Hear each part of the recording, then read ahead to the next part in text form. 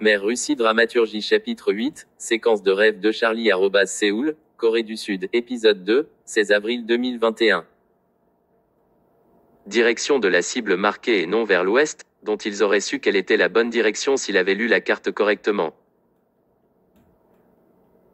Nous avons marché, non pas tactiquement mais avec laxisme, sans observer aucune règle, réglementation ou restriction militaire. Les autres marchaient si près les uns des autres qu'une seule grenade à main aurait pu les éliminer tous.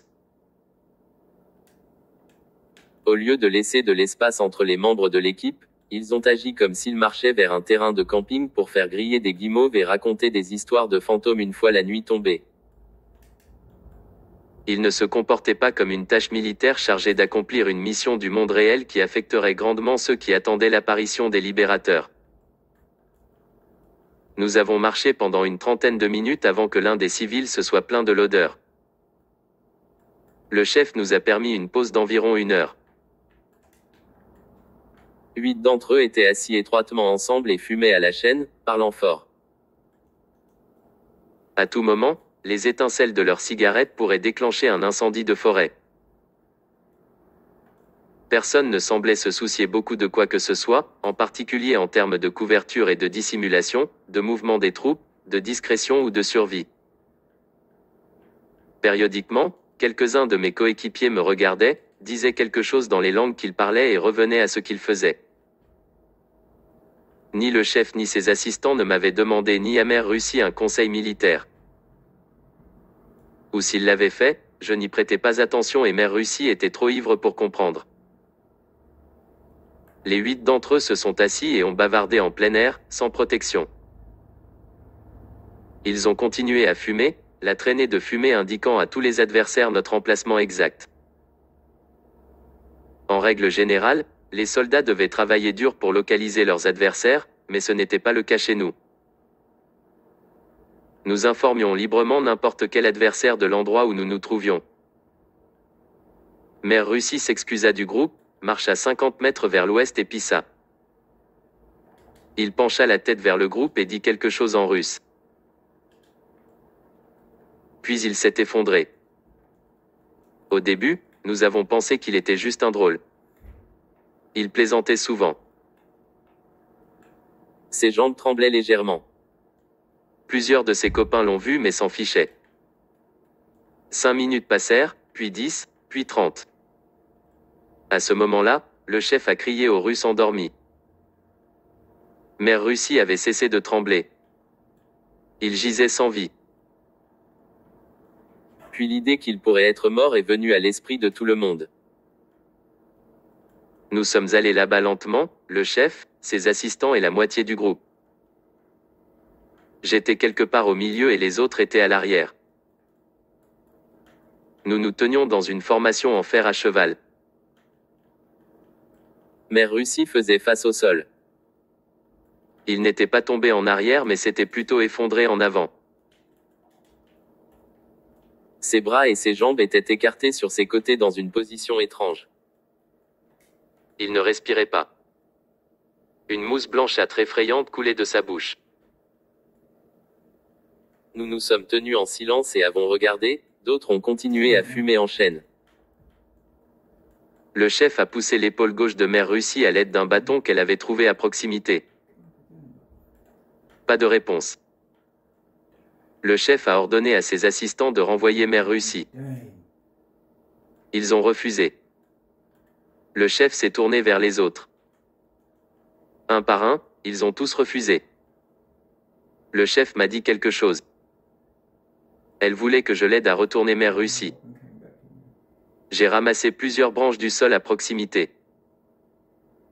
Le chef et moi en avons glissé plusieurs sous la section médiane de Mère Russie pour le soulever et le retourner. Plusieurs autres, y compris les assistants, ont crié d'horreur en voyant les yeux incolores et le nez ensanglanté de Mère Russie. Soit Mère Russie avait été mordu par quelque chose de toxique, un cobra royal peut-être, soit il avait trop bu. Ou peut-être que le taux d'alcool dans sa circulation sanguine était si élevé que, mélangé à l'air toxique, il l'avait fait mourir rapidement. Nous nous sommes arrêtés et avons regardé le corps sans vie de Mère Russie sans but. Nous n'étions pas perdus dans nos pensées et ne ressentions aucune peine pour l'ivrogne. Au contraire, le chef était figé sur place, et nous sommes donc restés sur place aussi. Plusieurs heures se sont écoulées. Nous sommes restés dans la formation en fer à cheval, regardant le Russe décédé. Plusieurs heures se sont écoulées. Le soir est arrivé. L'obscurité commença à tomber et un vent froid passa. Le chef voulait que nous couvrions nos corps avec tout ce que nous pouvions trouver à proximité. Tous les 8, nous nous sommes dispersés pendant que nous allions chercher, revenant bientôt avec des brindilles, des branches, des feuilles et tout ce qui pouvait être transporté ou transporté. Nous avons tout placé sur la défunte Mère Russie avec tous ses effets personnels à l'exception de ses armes à feu et de ses munitions. Le chef avait pris possession de ses objets. Nous sommes retournés à nos spots d'origine. Mes compagnons avaient laissé leurs armes et tout le reste derrière eux alors qu'ils s'occupaient plutôt de Mère Russie. Nous avons campé au même endroit. Cela faisait presque 24 heures depuis le débarquement, et nous avions parcouru moins d'1 mile.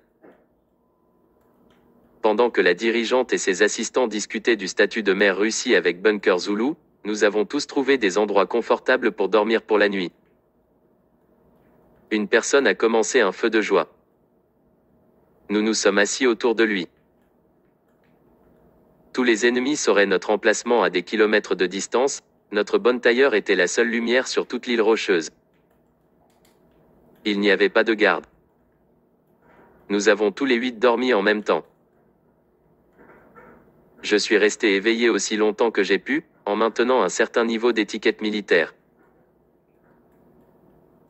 J'ai pris la responsabilité de protéger les autres.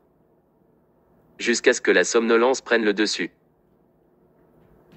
Puis, un peu avant minuit, après avoir veillé à protéger les 7 autres, je me suis assoupi. Au début, j'ai cru rêver en entendant les cris des loups.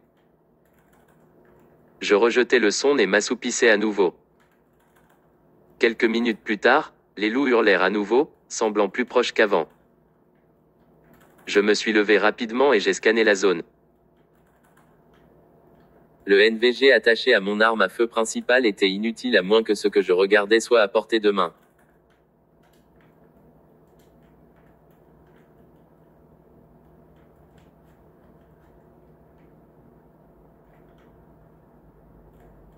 What the hell did I hit myself?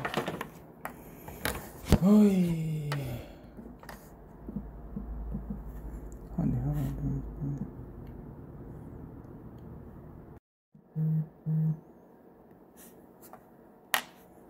Mère Russie Dramaturgie chapitre 8, séquence de rêve de Charlie @Séoul, Corée du Sud, épisode 2, 16 avril 2021. Direction de la cible marquée et non vers l'ouest, dont ils auraient su quelle était la bonne direction s'ils avaient lu la carte correctement.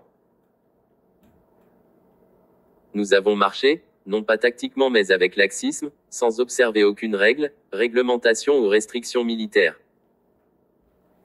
Les autres marchaient si près les uns des autres qu'une seule grenade à main aurait pu les éliminer tous. Au lieu de laisser de l'espace entre les membres de l'équipe, ils ont agi comme s'ils marchaient vers un terrain de camping pour faire griller des guimauves et raconter des histoires de fantômes une fois la nuit tombée.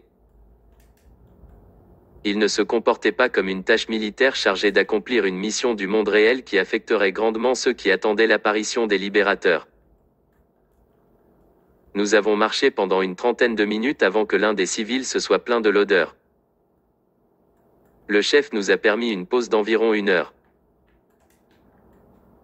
8 d'entre eux étaient assis étroitement ensemble et fumaient à la chaîne, parlant fort. À tout moment, les étincelles de leurs cigarettes pourraient déclencher un incendie de forêt.